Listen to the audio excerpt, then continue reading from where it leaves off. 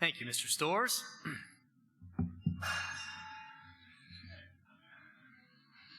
No further introduction necessary. Let's see. Looks like we're trying something new with the lighting today, letting the stage lighting do its job. So, see how that works out? Okay, the title of this message is, Do You Smell Like Jesus? Do you smell like Jesus? That's a question. I struggled. There was lots of possible titles that I went through. What's that smell? Take a whiff of this. But do you know that Jesus has a smell? Interesting biblical fact, actually. And we're going to get to that in just a little bit. But first, let's turn to Genesis 1. Come with me to Genesis 1 and verse 26. While you're turning over there, Genesis 1, 26. You know, we've been given this ability to smell, right? Each of us. What an amazing thing it is. I don't know if it's my favorite of the senses. I think vision probably is my favorite. But smell is right up there, right? It is a very useful sense. We use this sense of smell all the time. We use it on a daily basis. I know I do. I use it to check and see if things are good or bad out of the fridge, right? Before you put it in your mouth, you give it a sniff, right? That's what I do. I don't read the dates. Or if I do, I always double check with my nose. That's what God gave it to us for. We can tell when there's something foul or something putrid or something good or bad with our nose. That's what it's for. It's also for pleasure. Very pleasurable things. You can smell certain things like this time of year, fresh cut grass, and it smells amazing. I don't know about you. I have no allergies to that particular thing. And so I smell fresh cut grass and it just fills me with joy. I just feel like, oh, it feels so good to smell that. A rain moving in, you can smell the smell. Something about that. You know, it's also tied to memory. Right? It's this sense that's strongest tied to memory. So you can smell things. Have you ever smelled something that you haven't smelled in years and years and years? And it takes you back, straight back to this place you were, with this person you were with, or doing whatever you were doing, and you're all of a sudden back in that environment, all because you smelled a smell. I know what's happened to me. The most amazing thing I think about our sense of smell is that God created it. And he says in Genesis 1, 26, let's just read it. God said, let us make mankind in our image and according to our likeness. Let them rule over the fish of the sea and over the birds of heaven and over the cattle and over the earth and over every moving thing that moves upon the earth. So God made us with this sense of smell in his image. I find that really interesting. You know, I've heard it said that God is the real thing and we are the temporary thing, right? We think of our senses and our human flesh as being real and all the spirit world as being ethereal and something else. But really, God is the real thing. He's the original. He's what this blueprint was fashioned after. He made us in his image, in his likeness. He's the real deal. He's the one with the real nose who smells. He gave us this little temporary nose that can smell things on this earth here as a kind of a hint at what he's like. That's what I find is most interesting about it. Do you think your sense of smell is stronger or weaker than God's sense of smell? I would submit probably weaker, right? Is our arm longer or shorter than God's arm? Right? He can reach further than we can in ways that we can't even imagine. And he can smell things in ways that it's hard for us to imagine. His ways are higher than ours. He's bigger than us in every way. Yeah, I would submit that God can even smell so well that he can smell our attitudes, our actions, our habits, our secrets, our hearts. We're going to get into some of those scriptures today. Let's start turning over to Psalm 115. So our God can smell. He has a nose. That's our God. But false gods cannot. Psalm 115.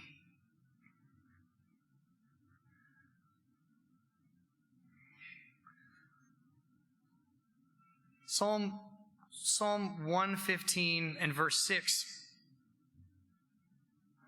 Actually, let's start a little further back. Let's start at verse 3. Psalm 115 and verse 3. But our God is in heaven. He does whatever he pleases. Their idols are silver and gold, the work of men's hands.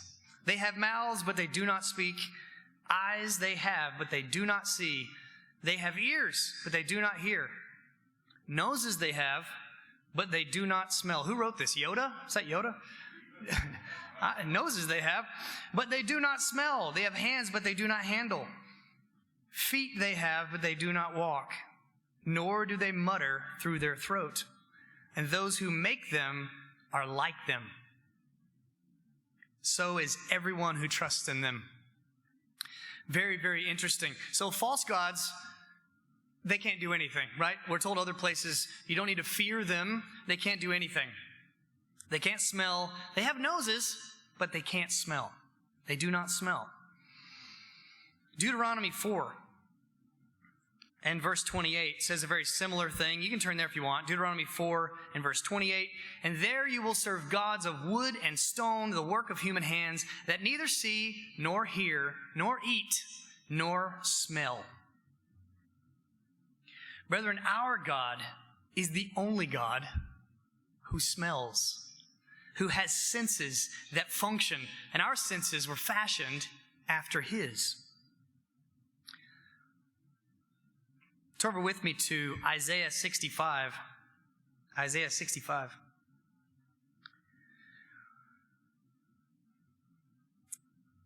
We're going to look at some of the bad smells, some of the things that God does not like the smell of.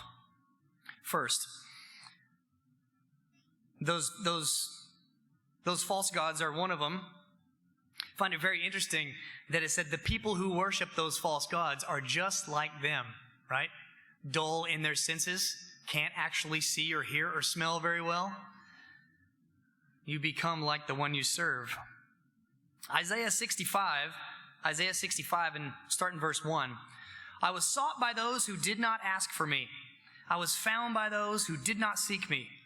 I said, here I am, to a nation that was not called by my name.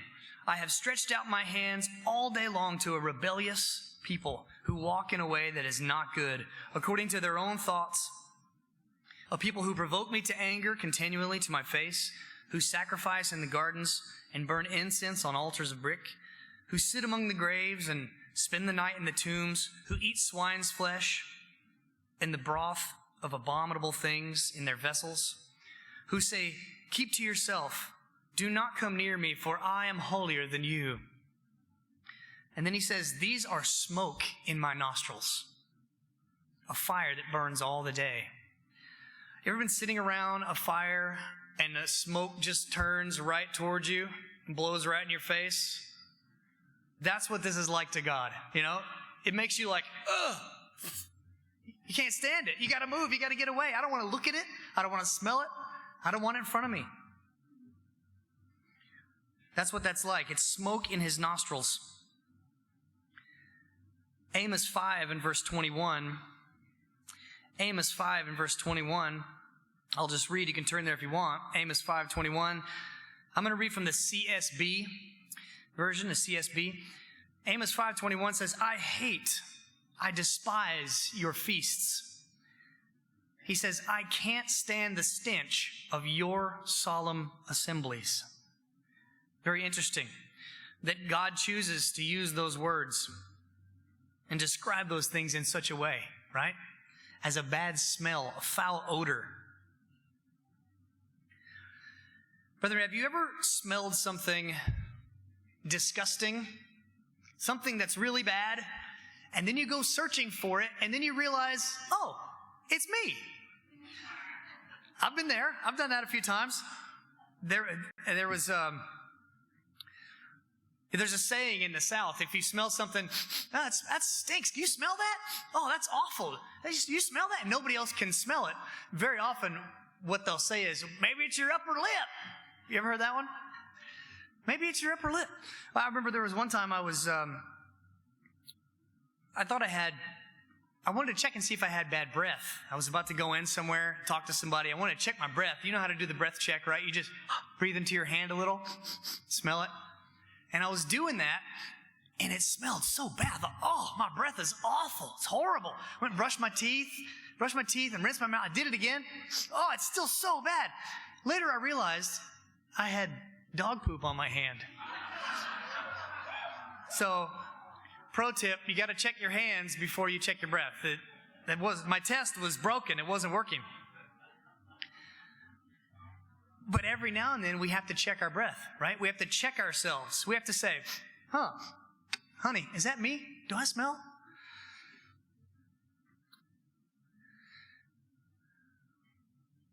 If you're around a strong odor, something that's really bad, if you're around it for long enough, you won't be able to smell it anymore, right?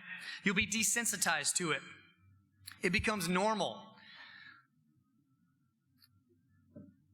I used to work as a DJ. I got a job.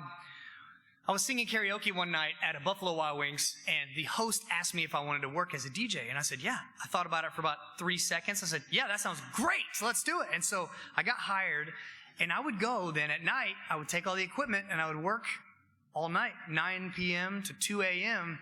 in Buffalo Wild Wings, running this karaoke show. And while I thought it was the dream job, by the way, it was amazing. $150 to sing karaoke all night. How can life get any better than that? But at the time, it was before there was a smoking ban. There was a law that said you had to have a smoking area and a non-smoking area in the restaurant. So the bar area was always the smoking area. So I would work in the bar area. That's where people want to sing, I guess. And I would stand in there for 5 or 6 hours a night. And by the time I got home, about 4 in the morning, I'd go straight to sleep. And the next morning I'd wake up, and I remember every time I would smell, what is that? When I would wake up in the morning, what is that smell? And it was my laundry basket. Smelled like an ashtray. It smelled not only like I had been smoking, but like I had been rolling around in an ashtray and just dumping it on myself. And what's the craziest part about that is, the night before, it didn't bother me at all. About 2 a.m. as I'm finishing up the show, I'm sure I smelled even worse. But I didn't even notice it. I had no awareness that I smelled just like that until the next morning, because I had been slowly exposed and surrounded until I was simmering in it. And I didn't know until I removed myself from that location, and then I washed myself clean, and then I went back and smelled my old garments. And that's when I can tell, oh, man, those are horrible. Sometimes we can't tell how bad something is, right, until we get away from it. Until we get away from it for a little while and then re-exposed, and then we can smell that smell. There was another time in my life, it was a pretty significant time, when I decided to move away from North Carolina. That's where I grew up, born and raised, and I went to Winter Family Weekend out in the Midwest.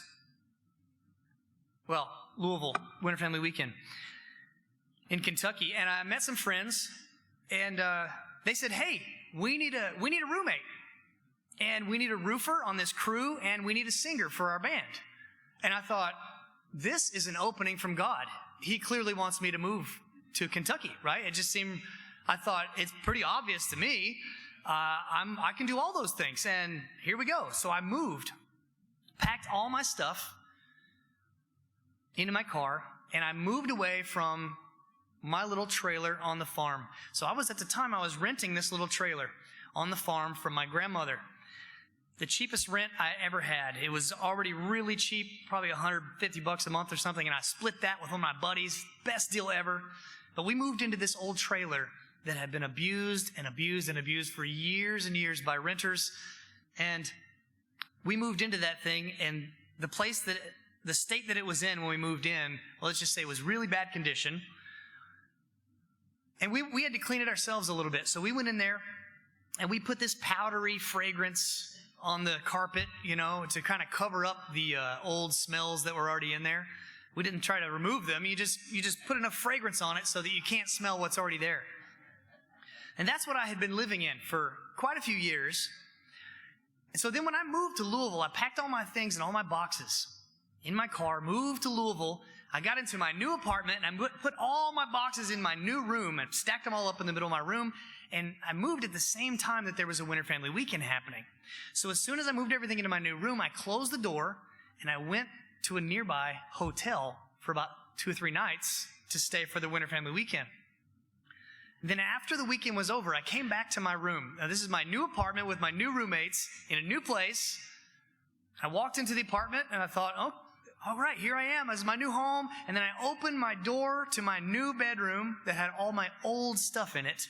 And at that moment, my own smell, I got to smell for the first time in ever, it felt like, And I opened that door, and it hit me like a ton of bricks in my face.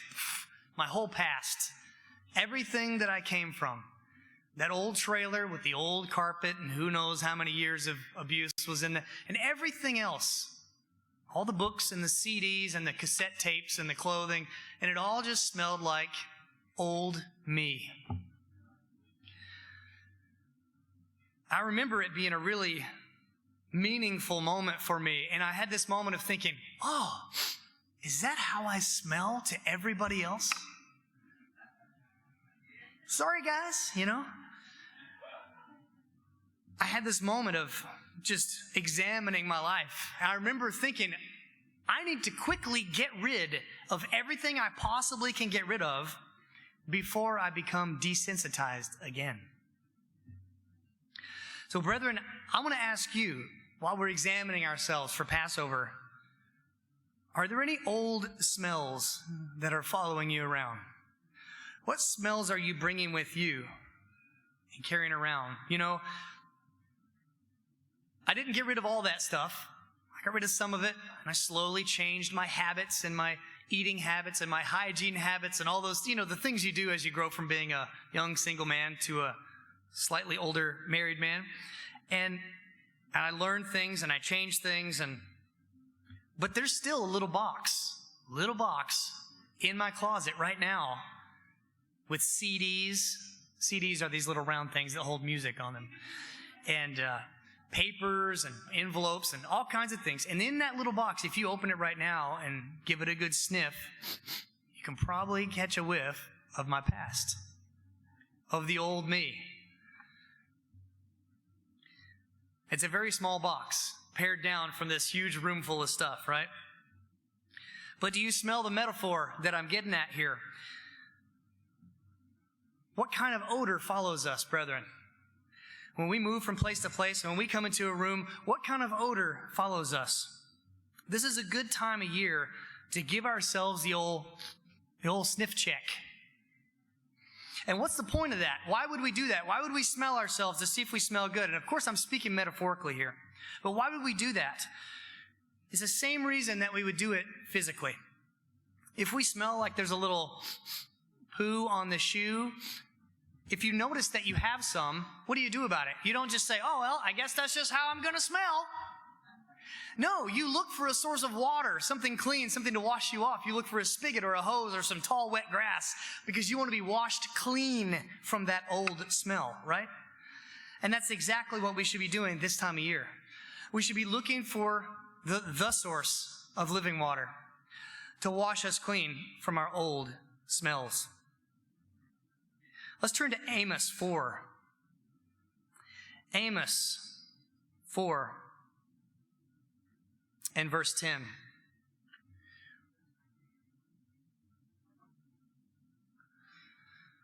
Amos 4 and verse 10. We read, I sent among you a pestilence after the manner of Egypt. I killed your young men with the sword and carried away your horses, and I made the stench of your camp go up into your nostrils. Yet you did not return to me, declares the Lord.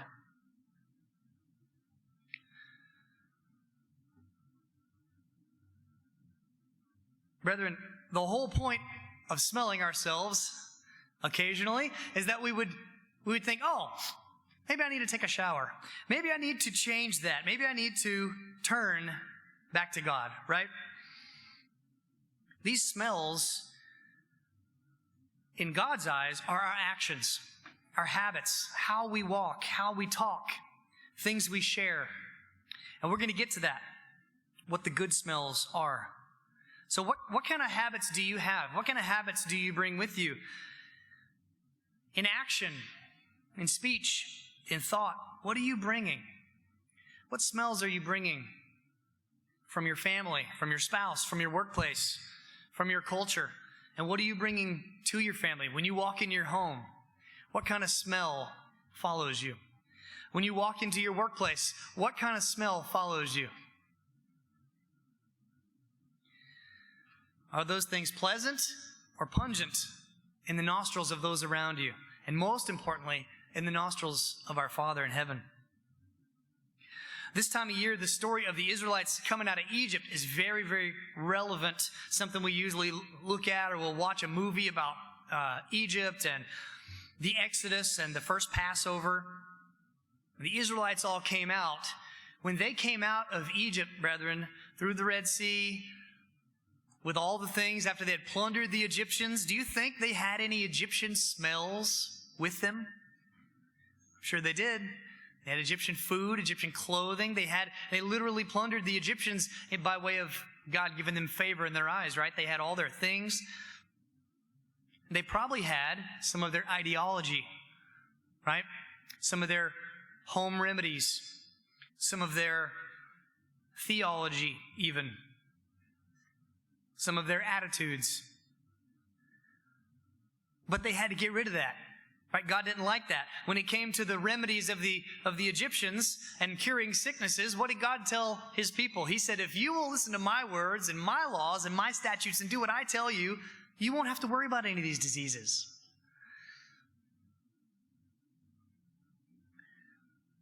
So we've talked about the bad smells, the things we can bring with us. Now let's talk about the good smells. So you can turn to Exodus 29:18 if you want to. Exodus 29:18 for one example. There's about, a lot of examples, maybe 10 or 20 examples of sacrifices in the Old Testament being talked about as a pleasing aroma before God. Exodus 29:18 is one of them. Burn the whole ram on the altar. It is a burnt offering to the Lord. It is a pleasing aroma, a food offering to the Lord. And over and over and over in Exodus and Leviticus and in Numbers, there are those animal sacrifices talked about as being pleasing aromas. But what smells even better to God than that? There is something. Let's turn to Matthew 9 and verse 10. Matthew 9 and verse 10. What was the point? What was the point of all those animal sacrifices, right? God was leading his people to something. Matthew 9 and verse 10, we're talking about things that smell good to God's nose right now, okay? Matthew 9 and verse 10, while Jesus was having dinner at Matthew's house, many tax collectors and sinners came and ate with him and his disciples. When the Pharisees saw this, they asked the disciples, why does your teacher eat with tax collectors and sinners? Verse 12, on hearing this, Jesus said, it is not the healthy who need a doctor, but the sick. But go and learn what this means. I desire mercy, not sacrifice. I have come to call the righteous, not come to call the righteous, but sinners. So he says he desires mercy instead of sacrifice. And we're going to see here that mercy is one of those things that smells good to God. Turn to Hosea, I think he's quoting Hosea 6:6, but you can turn to Hosea 6:6, or I'll read it, Hosea 6 and verse 6. That same phrase, for I desire mercy, not sacrifice, an acknowledgement of God rather than burnt offerings.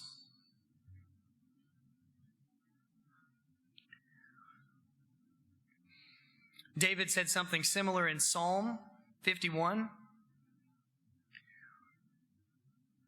Psalm 51 and verse 16.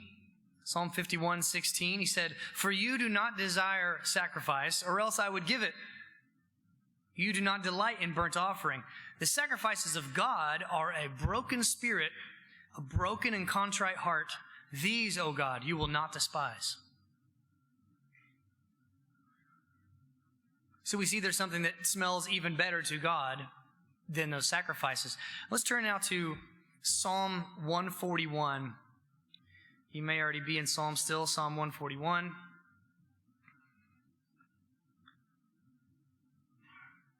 And verse 2. Psalm 141 and verse 2. Let my prayer be counted as incense before you, and the lifting up of my hands as the evening sacrifice. So again, we see here something. This is being counted as sacrifice. Let it be counted as sacrifice, but it's something that smells good to God. He says, let my prayer be counted as incense before you. So prayer is one of those things that can smell good in God's nostrils. We have a confirmation of that in Revelation 5 and verse 8. All the way in the back, Revelation 5 and verse 8. He says, and when he had taken the scroll, the 4 living creatures and the 24 elders fell down before the Lamb, each holding a harp and golden bowls full of incense, which are the prayers of the saints. Again, very interesting, right? That our Father talks about things in this way. Golden bowls of incense, which are the prayers of the saints. These prayers are like incense, which makes a good smell. Let's also turn to Philippians 4. Philippians 4 and verse 18. Philippians 4 and verse 18. Something else that can smell good to our Father in heaven is when we give to one another, when we support one another. Philippians 4:18. I have received full payment and more. I am well supplied, having received from Epaphroditus. I definitely read that wrong. The gifts that you sent. Having received the gifts that you sent, a fragrant offering, a sacrifice acceptable and pleasing to God. We're going to go to one more right now, Ezekiel 20. Ezekiel 20.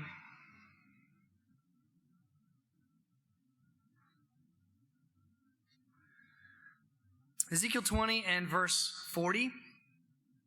Ezekiel 20 and verse 40 and 41. In verse 40, for on my holy mountain, the mountain height of Israel, declares the Lord God, there all the house of Israel, all of them, shall serve me in the land. There I will accept them, and I will require your contributions and the choicest of your gifts with all your sacred offerings. As a pleasing aroma, I will accept you. When I bring you out from the peoples and gather you out of the countries where you have been scattered, and I will manifest my holiness among you in the sight of the nations. So we see a prophetic scripture, again, talking about this pleasing aroma to God. And he's talking about them bringing contributions and choicest of gifts to him. So we've seen mercy, prayer, and gifts are all these things that are pleasing in God's senses.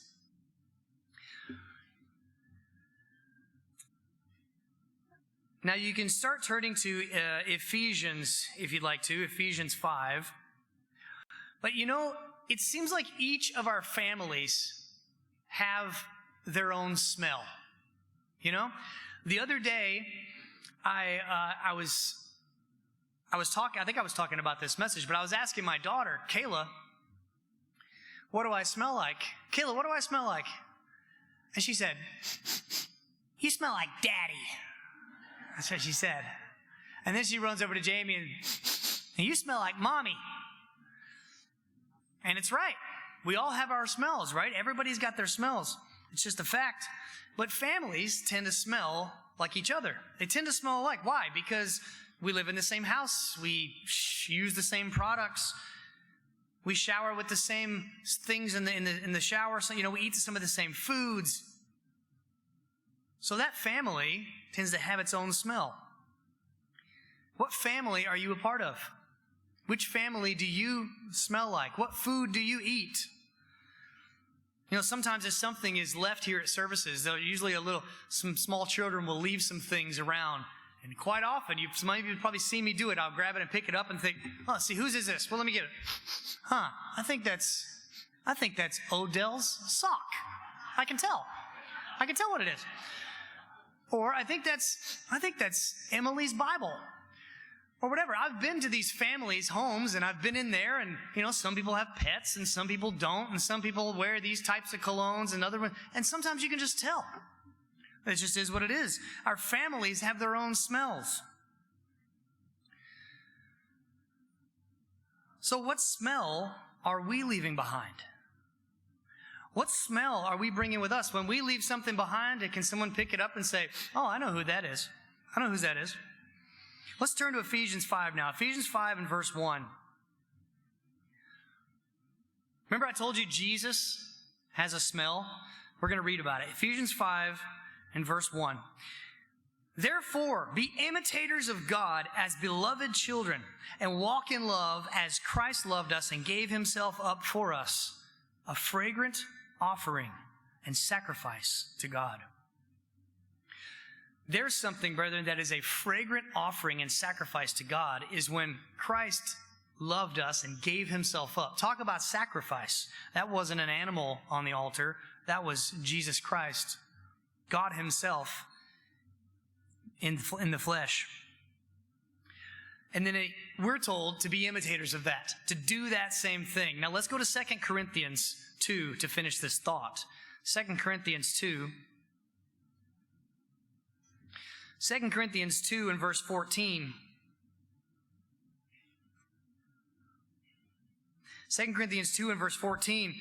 But thank God, he has made us captives and continues to lead us along in Christ's triumphal procession. Now he uses us to spread the knowledge of Christ everywhere like a sweet perfume. And in verse 15, our lives are a Christ-like fragrance rising up to God. But this fragrance is perceived differently by those who are being saved and by those who are perishing. To those who are perishing, we are a dreadful smell of death and doom. But to those who are being saved, we are a life-giving perfume. Isn't that amazing? And who is adequate for such a task? Brethren, what smells are you bringing with you? To those who are perishing, we should carry the smell of death and doom. Why? Why do you think that is? You know, it may have something to do with the fact that we are sharing the gospel. Didn't we just read spreading around the knowledge of Christ? If we're doing that, if we're sharing the gospel of the kingdom, the gospel of repentance, the gospel of resurrection, which is accompanied by judgment, if we're spreading that gospel like we should, when people get a whiff of us, it could feel like dread and doom, right?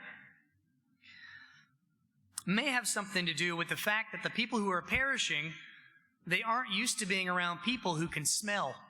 Remember we read earlier that the people who have false gods, they have become like those gods, desensitized, so that their God can't smell. It's made of wood or stone or whatever it is, and they can't smell either. And how about the other part? Do we have the smell of a Christ-like, life-giving perfume to those who are being saved? Is that us? It says at the end, so fittingly, who is adequate for such things? Like, which one of us smells like that, you know? That's a big call. To be like a life-giving perfume with one another. When we walk in the room, what do people think? Do they think, something doesn't smell right in here, you know? Or do they think something smells really good? What's that smell? Remember, we're speaking metaphorically here, but it's such a powerful analogy. These physical smells that we have are just a shadow of the real thing, the one with the first nose, the one who made us and fashioned us in his image. So I'll ask you, brethren, do you smell like Jesus Christ? Do you have a Christ-like aroma going up to God? Are your actions and thoughts a sweet savor in God's nostrils? When he smells us, what does he think? Does he think, hey, I know what family he's from, right? Does he think, hey, that smells like my son? Are we doing those things that smell good to him? Mercy, obedience, prayer, spreading the knowledge of Christ. I encourage you, brethren, as we approach Passover this year, to check your breath. Check your scent. Give yourself the old sniff test, you know. Sometimes it's even appropriate to lean over to your neighbor, who you trust, maybe your wife or a friend, and say, hey, you smell that? Is that me? Just to see if there's anything from your past that you've carried in. Any old boxes of stinky stuff that you've brought in from your past life, your old life. Anything that could be a stench in God's nostrils. We want to throw that stuff out and let him wash us clean. I encourage you to let God use you, as we just read in Corinthians, to use you to spread the knowledge of Christ everywhere. So that your life is like a Christ-like fragrance rising up to the nostrils of the Father. So when he looks down and smells that odor that's following you, he says, that smells like my son. That smells like my family. I recognize that scent. So, brethren, what odor are you bringing with you? Do you smell like Jesus?